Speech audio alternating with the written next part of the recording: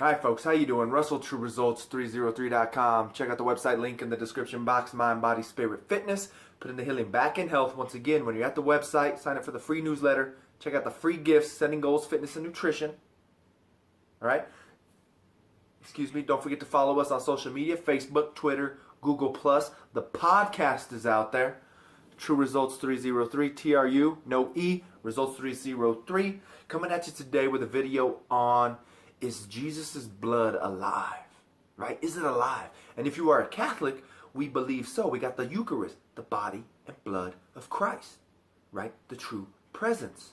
But once again, I was doing a Eucharistic study myself, and a lot of things this guy started talking about. So we've got to understand, if you are going to dive into the Catholic faith, it's super deep, because we go back to Judaism, to Jewish tradition, and we bring it into the Catholic faith, right?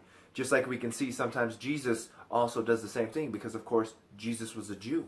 So this is also small little tidbits that is going to slowly get us to the point of Jesus's body and blood being present, the Eucharist being true. There are slow steps and progresses that the Bible makes and hints to show us and lead us to what's going to happen, right? So, what is it? Where is it? Is it alive? Is it in the Bible? And let's find out. So during my Bible study, the guy mentioned this as one of those things of how it is being revealed to us slowly through the Old Testament. So here it is. We start with, and it's only two passages. We start in, we'll start in the New Testament. Maybe that's how he did it, right? Because a lot of people say the Old Testament don't matter. What's the New Testament? So New Testament, Hebrews, and it was Hebrews 24, but I'm going to go back just to the next period. So this is the penalties of disobedience, is the title of that section. But I'm going to start at 22. No, you have approached Mount Zion and the city of the living God, the heavenly Jerusalem, the countless angels in festal gatherings, and the assembly of the firstborn enrolled in heaven, and God the judge of all, and the spirits of the just made perfect, and Jesus the mediator of a new covenant, and the sprinkled blood that speaks more eloquently than that of Abel. And when he says that of Abel, he is talking about Cain and Abel when Abel was killed. So let's go back and see what happens here, right? So now we're in Genesis 4, and this is right after Cain kills Abel. So we'll start at 8. So Genesis 4:8. Cain said to his brother Abel, "Let us go out into the field." When they were in the field, Cain attacked his brother Abel and killed him. Then the Lord asked Cain, "Where is your brother?" Abel answered, "I do not know. Am I my brother's keeper?" God then said, "What have you done?" So this is 10, Genesis 4:10.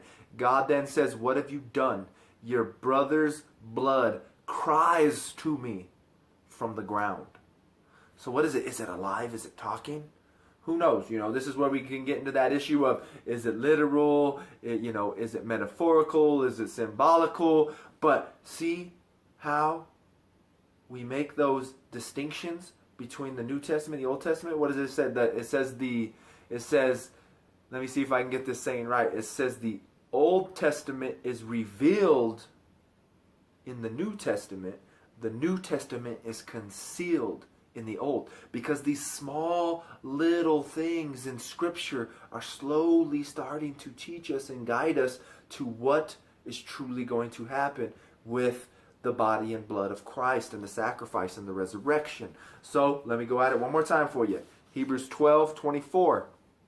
And Jesus, the mediator of a new covenant, and the sprinkled blood that speaks more eloquently than that of Abel. Genesis 4:10. God then said, "What have you done? Your brother's blood cries out to me from the ground." So I think it's safe to say the only reason why God kind of came into the picture and was like, "Hey Cain, where's your brother?" is because Abel's blood was crying to him. And we all know, just in general, the power of the blood in our own human body, right? We need blood transfusions, transplants, bone marrow, plasma, whatever, all these different things that we can donate of ourselves to save other people's lives. So there is true value in our blood, but it's right here in the Bible as well.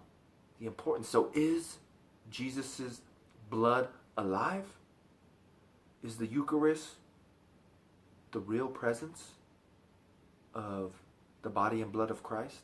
You be the judge. I'm going to leave it there. But I'm coming out with more of these videos when I slowly start to learn these things. So, there you go. Once again, I hope this helps. Don't forget, you are here for spiritual, Catholic, and Christian information.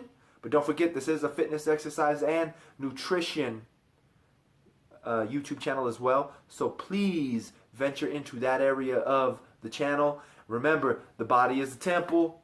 Let's treat it right. I know at times we all, kind of fall short of that, and we neglect our body in many ways. You might be thinking, look, you got all these tattoos. Hey, I know I neglect my body in that way. We're not perfect. But once again, I hope this helps. Check out the other portions of the channel, the other categories. Don't forget to follow us on social media, Facebook, Twitter, Google+, True Results 303. No E, don't let autocorrect get you. Podcast as well. Subscribe to this channel. Share or like these videos.